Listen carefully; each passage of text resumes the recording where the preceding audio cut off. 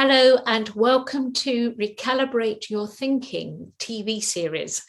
And this is session 2. And this session is all about recalibrate to captivate. So what does that mean in business?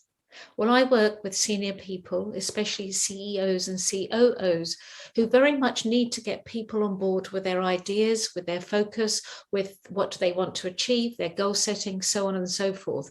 So they need to be captivating. The thing is, we all know people who can walk into a room and they're compelling, aren't they? They walk into a room and they seem charming. Everybody goes, oh, who's that's just walked into the room? You go, excuse me, hello, I'm being captivated too.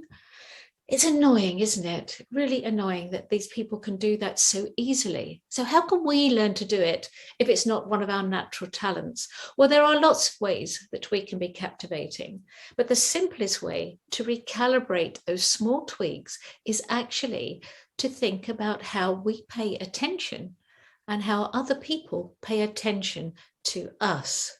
Now, the attention is a great thing. It is magnificent in that we can home in on something that is in a massive cacophony of noise and things going on around us. It is really important that we have attention. Of course it is. But sometimes we focus on the wrong thing. Sometimes we're focusing on that bird flying across the window or somebody annoyingly clicking their pen, or indeed we're hungry and we're thinking about what we're going to have for dinner tonight. It can be lots of things. So attention is something that we need to work on. And when we work on it, we actually do become captivating. Now, there are 3 ways of looking at attention that are relevant to this. The first one is focus attention. That is when we are looking at a spreadsheet and we really need to focus on certain numbers to get an understanding of what's going on. Secondly, there is sustained attention. Now, sustained attention, well, you can see that easily if you've ever watched someone gaming. That's sustained attention.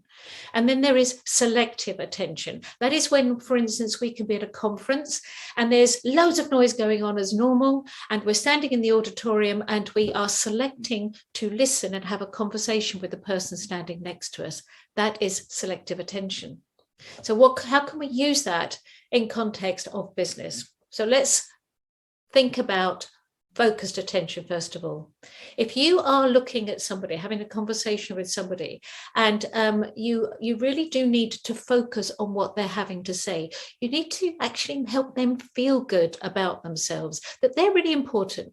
You need to help them feel that you're interested in how they're going to achieve and go on to greater things. That is focused attention, and that is very captivating. It is compelling. The next one is sustained attention. Now, that sustained attention is when we are talking with somebody and we need to be consistently thinking about them. We need to be consistent with our messaging. We need to keep our promises. One of the ways of sustaining attention with somebody is to actually perhaps be a storyteller. Tell stories that are authentic, they're all real stories that are relevant to the situation, but be careful, because the stories can actually make them feel that you're hogging the limelight. Don't do that. Remember, it's about them for you to be compelling. So tell stories certainly, but make sure they're in context and not too much. And the third one is selective attention. So avoid the idea of when you're talking with somebody and all of a sudden somebody walks in the room and your eyes go straight over to the door. Don't do it. Actually really select your attention, use your attention on that person. Make them feel that they are the only person in the room, not these others that are walking around. If you do these 3 small tweaks, if you actually decide to use attention to be more captivating, to be more compelling, you will succeed. You don't need to go to charm school, although it could be a good idea if you've got the time, but you do need to use attention well to make it work for you. If you want to know more about my work, this is me over there. Here I am, drlindashaw.com, and I would love to hear from you if you would like to know how you can recalibrate your thinking, small tweaks to make a huge impact. I'll see you next week. Bye-bye.